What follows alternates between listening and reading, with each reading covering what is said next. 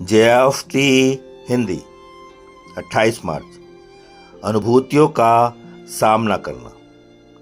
शायद हमें यह डर होगा कि अपनी भावनाओं के साथ संपर्क करने से ऐसे एक दर्द और अति भय की श्रृंखला की शुरुआत हो जाएगी जिसे हम झेल नहीं पाएंगे। बेसिक टेस्ट पृष्ठ 29।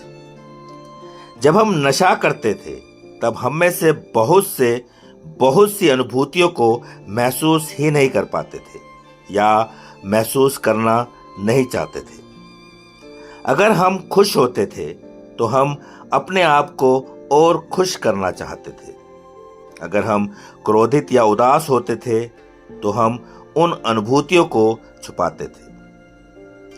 अपने सक्रिय एडिक्शन के दौरान पूरी तरह इस तरीके के नमूने को अपने आचरण में पालते रहने की वजह से हम भावनात्मक तौर पर इतनी उलझनों में फंस गए कि हम अपने को आश्वस्त ही नहीं कर पाए कि सहज सामान्य अनुभूतियां क्या होती हैं, कैसी होती हैं। सुधार में कुछ वक्त रहने के बाद जिन अनुभूतियों को हमने दबा रखा था वे अचानक जाग उठी हैं।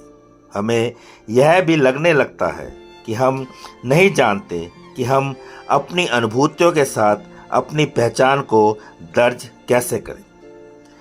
जिसे हम प्रचंड क्रोध समझ रहे हों वह मात्र हताशा ही हो, जिसे हम आत्महत्या प्रेरित करने वाली हताशा मान रहे हों वह मात्र उदासी हो।